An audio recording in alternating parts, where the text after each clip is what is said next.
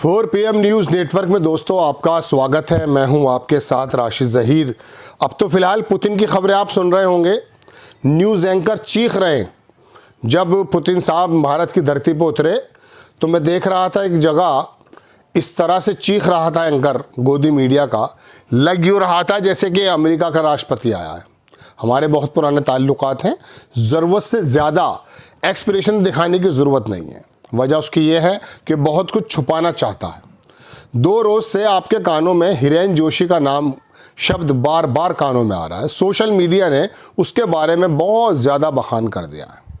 एक ऐसा व्यक्ति जो मोदी जी की नाक भी है, मोदी जी का मुंह भी है, मोदी जी के कान भी है, मोदी जी की आँख भी है।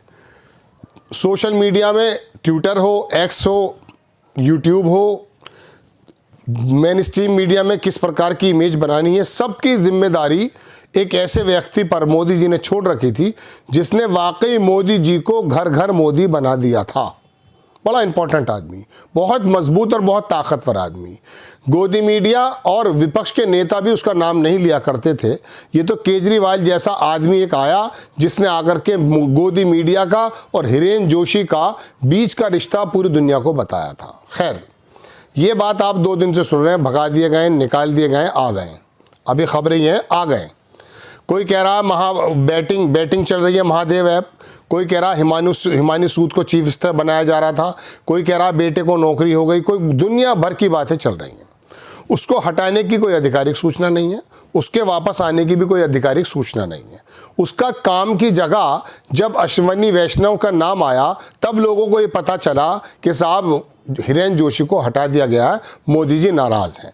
उसके बाद फिर उसकी तकदों में लगे, 1-2 लोगों के नाम और भी आए, उनको भी हटा दिया गया है। तो फिर पता चला साहब ये बैटिंग है और ये हिमानी सूद है और ऐसे ऐसे मसला है, दुनिया भर की बातें।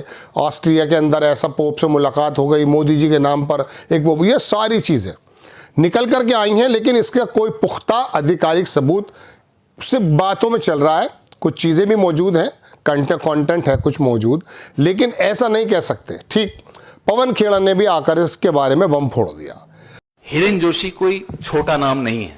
प्रधानमंत्री कार्यालय में सबसे मजबूत, सबसे ताकतवर व्यक्ति, जिसने इस देश के लोकतंत्र की हत्या में बहुत महत्वपूर्ण काम किया, आप लोगों को का गला घोंटने का बहुत काम किया है और अब चर्चा में भी हैं। उनके साथी एक हैं जो लॉ कमीशन में अभी 7 महीने पहले ही आए थे, उनको आनंद फानंद में बाहर कर दिया लॉ कमीशन से। सुना सरकारी घर भी खाली करा दिए। क्या हो रहा है, देश को जानने का हक है। उनकी बिजनेस पार्टनर्स कौन कौन है, यह भी देश को जानने का हक है। क्या बिजनेस कर रहे थे हिरेन जोशी प्रधानमंत्री कार्यालय में बैठकर, यह भी देश में को जानने का हक है। कौन सी बैटिंग ऐप थी, क्या था, किसमें वो हिस्सेदारी है, उनकी चर्चाएं चल रही हैं सोशल मीडिया पर। और अगर सरकार जल्दी बाहर आकर कुछ नहीं बोलेगी, खुलासा नहीं करेगी, स्पष्टीकरण नहीं देगी, तो जाहिर सी बात है ये चर्चाएं चलेंगी मोबाइल्स पर। भले आप कितनी ऐप्स ले आइए, जो लोगों को जानकारियां मिल रही हैं प्रधानमंत्री कार्यालय से ही मिल रही हैं, तो वो जानकारियां सबके पास जा ही रही हैं।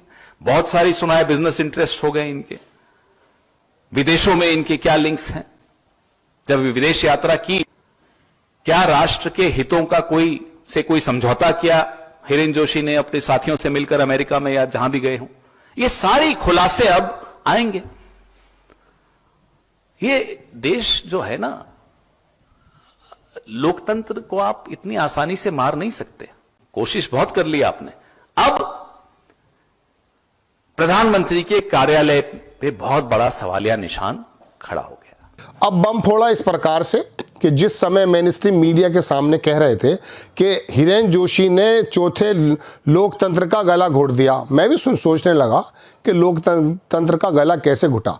उसने कहा तुम लोग, इस तरह से इशारा किया पवन खेड़ा ने, उन लोगों का गला घोट दिया, यानी कि गोदी मीडिया के जो एंकर वहां पर बैठे थे पत्रकार, उनके गले घोटने की। ये बात बिल्कुल सच है। लेकिन जिनका गला घोटा उन्होंने मेन स्ट्रीम मीडिया में एक शब्द भी नहीं कहा। भाई जिसको तकलीफ हुई है, जिनकी आत्मा को ख़त्म कर दिया गया है, क्या बोलोगे, क्या सोचोगे, क्या लिखोगे, क्या देखोगे, सब हिरेन जोशी तय करेगा। तो उसको जिसका साथ ये हुआ है उसने तो 2 शब्द नहीं बोले।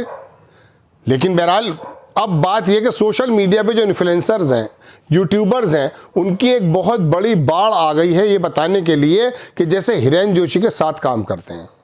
देखिए बात ऐसी है, ये अचानक नहीं हुआ है, बताया ये जा रहा है कि 2 महीने पहले छुट्टी हो गई थी। आप इसके डॉट्स, हम भी सिर्फ डॉट्स से जोड़ेंगे, हमारे पास भी कोई सबूत नहीं है। मैं आपको बताना चाहता हूं, जो व्यक्ति 2007 और 8 से जुड़ा हुआ है मोदी जी के साथ, 2025 में वो इतना ताकतवर आदमी होगा। मैं आपको सच बता रहा हूं कि बड़े बड़े चीफ मिनिस्टर, बड़े बड़े केंद्रीय मंत्री ये सोचेंगे अगर इसने मोदी जी के कान में गीता के 2 शब्द डाल दिए तो हमारे कानों में शीशा पिघला कर डाल दिया जाएगा। तो उनके वो लरसते होंगे। उसके बारे में बैटिंग ऐप आ जाना, ये आना, मुझे कुछ छिचोरी बातें लगी। हो सकता हो, और मैं उम्मीद करूंगा ऐसा ना हो, लेकिन फिर भी हो सकता होगा जब इन्वेस्टिगेशन चल रही। लेकिन इसके पीछे कुछ और भी बात हो सकती है जो अगर आपको डॉट्स जोड़ने हैं तो। अब मैं आपको बताता हूं। देखिए दोस्तों, बात ऐसी है, एक बहुत बड़ा बम दुनिया में फूटने वाला है। एप्स्टीन फाइल का फूट चुका, भारत में नहीं आया। गोदी मीडिया बता नहीं रही है और हमारे जो यूट्यूबर्स हैं उनको बहुत ज़्यादा इस बारे में इन्वेस्टिगेशन उन लोगों ने की नहीं है। मैं आपको बताना ये चाहता हूँ, वो जो जेफरी एप्स्टीन नाम का व्यक्ति था जिसने अमेरिका में और दुनिया के तमाम मुल्कों में, मोहम्मद बिन सलमान भी शामिल है उसमें, फ़ोटो है उसका, और बड़े ट्रम्प साहब तो बाकायदा किचन में जाते थे उसकी। उसने जो छोटी छोटी बच्चियों के साथ दुष्कर्म कराने का उस पर आरोप था, उसको मार दिया गया 2019 में जेल के अंदर। कोई कहता है उसमें उसकी नेचुरल डेथ हुई है, कोई कह रहा आत्महत्या हुई है, कोई कह रहा मार दिया गया, कुछ नहीं मालूम। ट्रम्प साहब उसका कोई भी शब्द बाहर आने देना नहीं चाहते थे, लेकिन वहाँ पर गोदी मीडिया नहीं है। वहाँ के मीडिया ने जब, और वहाँ के जो विपक्ष के लोगों ने जब हंगामा किया, ट्रम्प साहब भी मजबूर हो गए कि ठीक है भाई, इसकी फाइलें खोल दो। अब जब एप्स्टीन फाइल्स की मेल्स खुली, उसमें मोदी जी का भी नाम आया, हरदीप पुरी का भी नाम आया, अंबानी का भी नाम आया, और दुनिया के दूसरे लोगों का भी नाम आया। अब ऐसे में दोस्तों, CIA मोदी जी की पर्सनैलिटी को भी धूमिल करने पर लगा हुआ हो सकता है। अमेरिका के और भारत के बहुत बढ़िया रिश्ते भी बाकी नहीं है अभी तक। कहने का मतलब दोस्तों ये है कि इसमें भी कोई दो राय नहीं कि अमेरिका के अंदर बैठी हुई कुछ ताकतें मोदी जी की पर्सनैलिटी को धूमिल करने का कोई काम कर रही हों। उस धुएं को हिरेन जोशी रोक नहीं पाए। हो सकता है ये नाराज़गी हो, क्योंकि ये तमाम सोशल मीडिया की जो जितनी भी मैं कह सकता हूँ एक्टिविटीज़ थी, उसको कंट्रोल करने के लिए, मीडिया की बातें कंट्रोल करने के लिए हिरेन जोशी का काम है।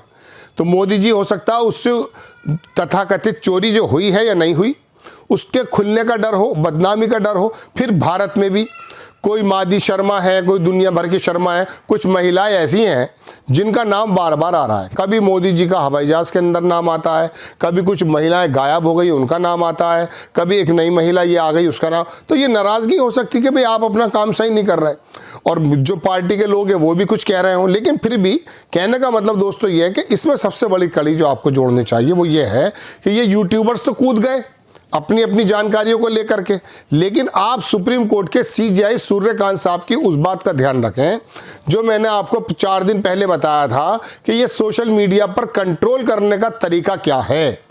यही काबू में नहीं आ रहा है, हालांकि किसी हद तक काबू में है, उनके भी बागड़ बिल्ले सिम उतर आए हैं सोशल मीडिया पर, लेकिन फिर भी ये अपनी छोटी या ज़्यादा नॉलेज के साथ यूट्यूब के ऊपर बात कर रहे हैं। ऐसे में दोस्तों आप मैकेनिज्म समझें, यूट्यूबर्स कूद गए, मोदी जी की पर्सनैलिटी को डिफेम करने लगे, या सही बात बताने लगे या झूठ बात बताने लगे। ऐसे में सूर्यकांत की टिप्पणी, CJI साहब की टिप्पणी के एक ऐसा मैकेनिज्म तैयार हो जो डिजिटल मीडिया पर सोशल मीडिया को कंट्रोल करे, और उसके लिए सरकार का कहना कि हम इस बारे में स्टेक होल्डर से बात कर रहे हैं।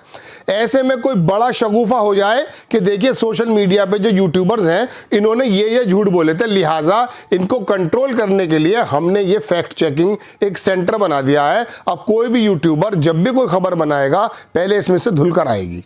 मोदी जी के खिलाफ होगी, बीजेपी के खिलाफ होगी, एप्स्टीन फाइल के बारे में होगी, ये सारी चीज़ें होंगी, ये पहले यहाँ धुलेंगी। और इसका एक तरीका और भी है, वो दूसरे वीडियो में बताऊंगा मैं आपको कि वेस्ट के मीडिया से लड़ने का मोदी जी का क्या तरीका है। कौन सा नोएडा का चैनल भारत में आ चुका है, आज या कल में उसकी लॉन्चिंग होने वाली है, और आप देखिएगा साउथ अफ्रीका, रूस और भारत ये मिल करके वेस्ट के उन अखबारों का किस प्रकार से खंडन करने वाले हैं, जिससे कुछ खबरें हम भी लेकर के आपके सामने बताते हैं और बड़े फख्र से बताते हैं कि टेलीग्राफ ने ये छापा, न्यूयॉर्क ने ये छापा। मेरी बातें बहुत सारी हो गई होंगी, कंक्लूड करता हूँ।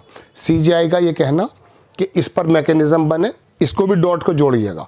हिरेन जोशी का ऊपर नीचे होना और सोशल मीडिया पर आकर के यूट्यूबर्स का ज्ञान देना, ऐसे में कोई बड़ा कि देखिए हमने तो अपने हिरेन जोशी को भी निकाल दिया है, उसकी गलती थी, उसने भी ऐसा क्यों होने दिया, ऐसे में सोशल मीडिया पर भी कोई कंट्रोल लाने की बात हो सकती है। क्योंकि अब उनको पता चल गया कि बहुत बड़ा भांडा अमेरिका में फूट चुका है या फूट रहा है। मेरी बात कुछ समझ में आई? सोशल मीडिया पर लगाम लगाने के लिए मोदी जी को लेकर के कुछ ऐसी अनाप शनाप बातें होंगी जिसमें कुछ सच्चाई कुछ झूठ होगा, उनको मौका मिल जाएगा। सीजीआई साहब ने कह दिया है, ऐसे में हिरेन जोशी तो क्या किसी को भी हटाया जा सकता है, क्योंकि मोदी जी की पर्सनैलिटी को अच्छा करने की जिम्मेदारी दी गई थी। और ये हुआ क्या है, बाहर से कुछ अंदर से कुछ ऐसा निकाल बैठे हैं यूट्यूबर्स कि अब उनको सज़ा तो मिलनी है। आप देखिएगा क्या होने वाला है। जय हिंद।